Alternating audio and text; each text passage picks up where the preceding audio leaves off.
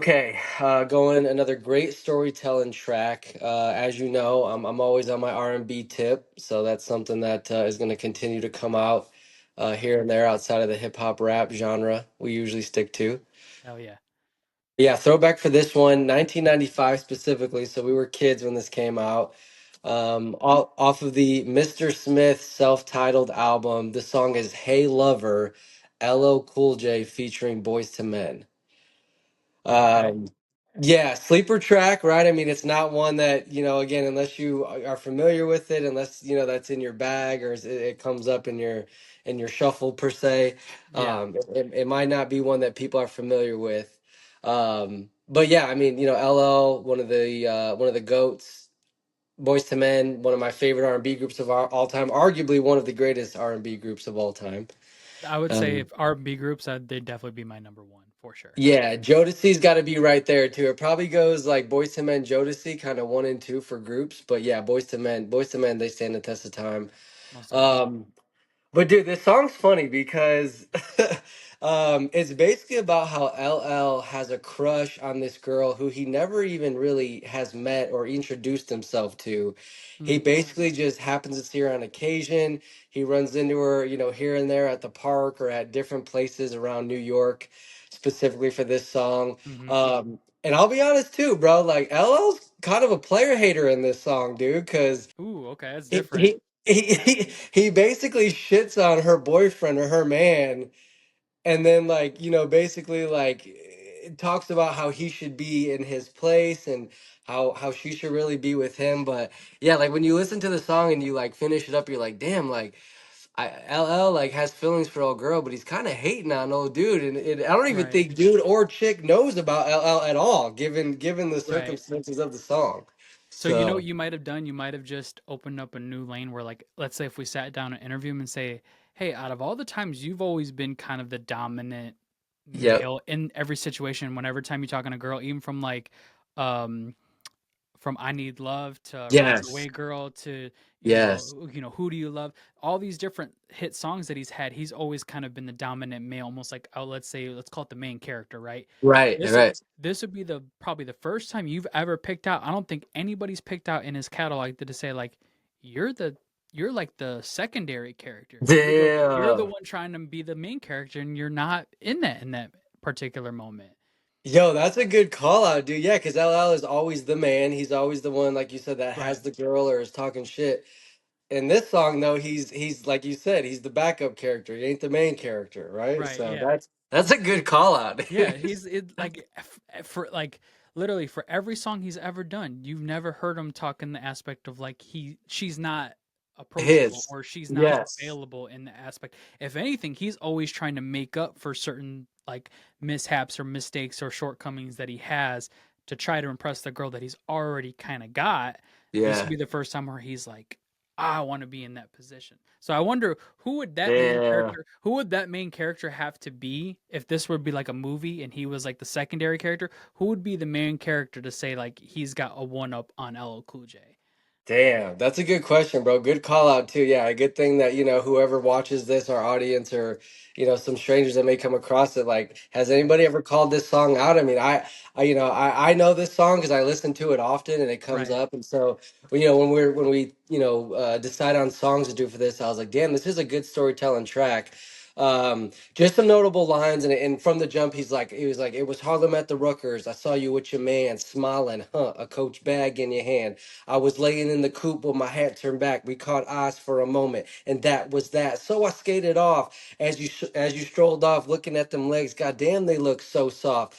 And he goes, I gotta take you from your man's. That's my mission. So that was the first line that you're like, okay, like he sees this girl. Now she's got a man. So what's next? And then, he's like, again, he kind of goes on to hate. Like second verse, some about like, I could see you hating on your man. Plus he drinks too much and smokes too many blunts. So Oh, now he's okay. now he's coming at his character, right?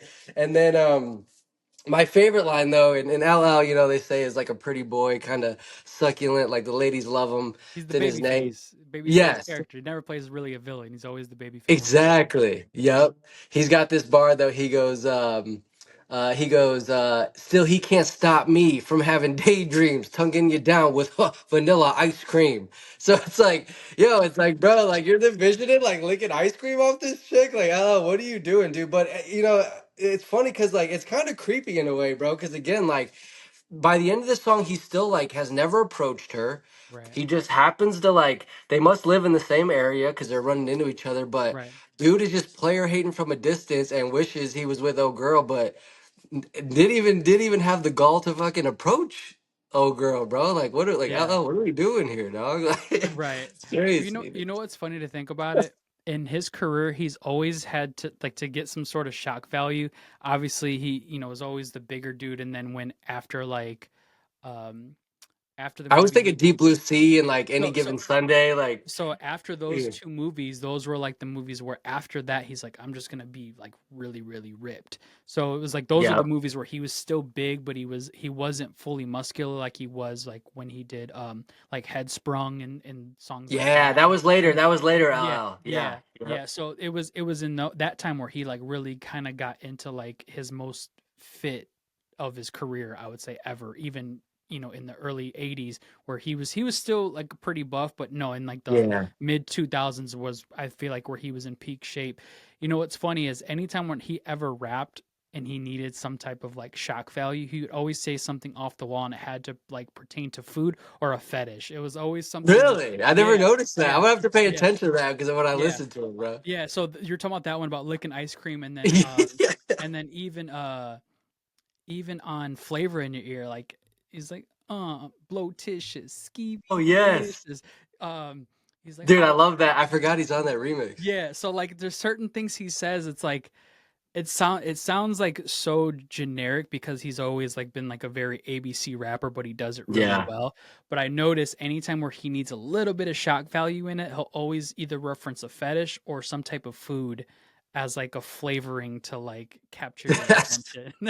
Dude, that's funny. Now you're making me think is he was featured on it was the Monstars Space Jam Hit 'em High, Hit 'em High, Hit 'em Him High. high. Dude, just Yeah. just on another note, dude, like arguably the best featured song of all time. It was like LL Method Man, Buster Rhymes, and Be Real, I think were the four rappers on that Yeah. song, bro. You Yeah. go back and listen, you're like, bro, like that what a fucking foursome to Right. get on a track. Like Right. you just made me think of that because I was like, now I'm gonna go back and listen to his lyrics on there and see if he referenced any like crazy Right. shit you're talking about. Right. Well, and it's crazy to think about even referencing that song. I would say in terms of career, he had the highest peak because he was like completely solo in the '80s. So like that's where he had the biggest peak of his career. He like was definitely doing Drake numbers in that era. But then Yeah, by this time, this was mid towards the late '90s. So he had already had a career for 10 years. All these guys were like just getting started and like getting to their yeah, peak.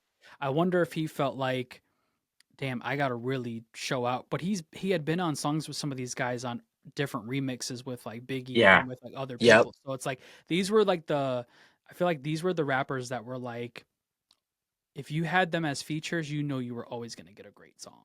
yeah, yeah. I mean, you just list those names right there, and you're like, damn, those guys were, at one point each of them had the reins. You know what I Right. mean? Right. So And even going to Boys to Men, like Boys to Men, Jagged Edge, 112, Jodeci yeah, kind of played very, very few times where they were on features, but like if you had them as features too, you were always gonna have a great hit. Like when yeah, Bone Thugs and Harmony did stuff with Mariah Carey, when yes, Boys to Men done stuff with Mariah Carey, like you were always gonna get some of these really great songs. And what I want to know is like with that much talent and ego in there, it's like